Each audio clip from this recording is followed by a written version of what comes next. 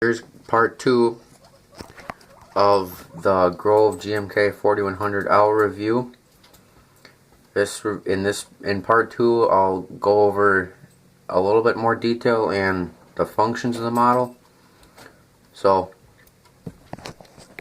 again, at the front of between the cab and the cylinder, there's a lot of detailing. You can see the slewing motors, even the slewing ring right down here, which is very nice. Again, rubber hydraulic lines running throughout the crane. The cylinder has a warning graphic. It is a plastic cylinder, and the pins there just to keep the boom from bleeding down, which it does do. Which is one thing I wish they would have done, like on the 540, for example. They have a pin at the maximum angle, which I wish they would have done on this, but it's still works good. See the metal boom and the metal lattice fly jib is a very nice casting. It has a lot of unusual functions, I guess is a good way to put it, which I'll show you in a little bit. Back of the boom, pretty plain. Other side of the boom has, I believe these are for when you're extending and bringing in the boom sections. I believe this one would hook to the top up here, and it'd pull the boom down to detract it. I think that has something to do with it, but I'm not positive. The boom, I believe the sections are metal, and there's 5 total. They are pretty accurately scaled, and they do have locking clips. Top of the boom, I'll try and get it in a little bit better. See, there's some warning graphics and stripes. There's 2 pulleys that go over the boom head, and if the fly jib's on it, I believe it goes right over between them on this little metal bar. I'm not sure though. There are, I believe, 10. I didn't actually count them, but I believe there's 10 pulleys in the front on the boom, and they do have guards to prevent the lines from jumping, they do actually work pretty nice. And you can see here there's the connection points for the fly jib. The hook, this is one of the things I wish they would have done better. Not because it's not a nice size hook, it is a decent size hook for this crane.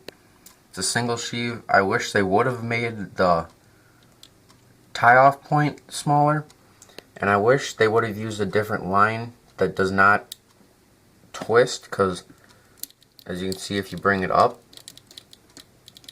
it did, at least before I redid it, it would just start spinning, pretty much just keep spinning, which now it's not as often, but it's just the kind of, it's like stiff line, so it's not very good in my opinion. But the hook it just swings, it does not rotate.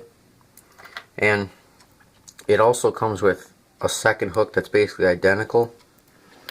And if you look closely, I don't think you'll be able to see it, but you can see it's not an actual pulley, it's just a big smooth roller, which I'm not sure if that's supposed to be to try and keep it more level if it's on the fly jib, but I'm not positive. But this one, however, does have an actual pulley, which it works nice, and it does, as I mentioned before, it does look very nice with this crane. So for some of the functions, first off, the body of the crane rotates extremely smoothly and does rotate 360 degrees. The cab does reach to quite a nice angle, which I really like cabs that do this. However, this whole section is a little loose, but it's not that big of a deal. For I can't really show that, but the outriggers, I'll try and, they do work pretty easy. You can see I'll just put one up just to,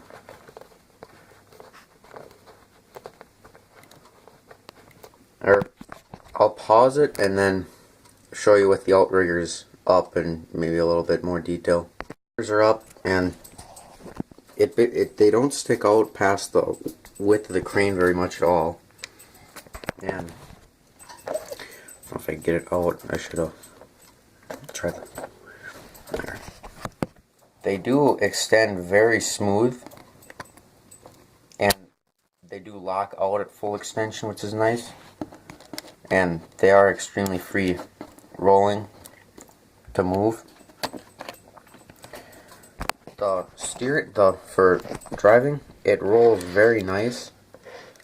It's just the outriggers falling because this table isn't very level, but it rolls very nice. And steering, it is all link steering, which is okay, but I wish there would have been at least 2 pairs so you could do like the crab steering, but it does follow quite a nice curve actually. And if you do put it all the way, it does kind of start to follow, but it's still good. For the winch, you have to use your finger, which I don't like, and then here's another example of that hook. It's just the line's not heavy, it's not light enough, and I think it's part of the hook too. It's just not heavy enough to keep tension on it, so it does kind of just on the spool and not flow. And this winch, the main winch, is a lot stickier than this one, the optional one. This one rolls very smooth. And for the fly jib, I'm not sure how you actually are supposed to pin it. I just have it going under the back and over the top one. But when the boom's all the way down, the back connector is about halfway and the front one's about out here. So I'm not sure how it's supposed to actually sit on that holder, and this is the only way I could really get it to sit. But I'll show you some features of this on its own.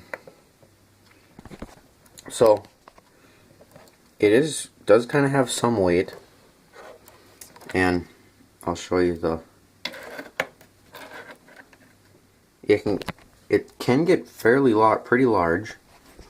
So you could have it set up like this, or you could have the end folded up and just use it as a shorter jib. Or what you could do is you could take off these 2 pins right here,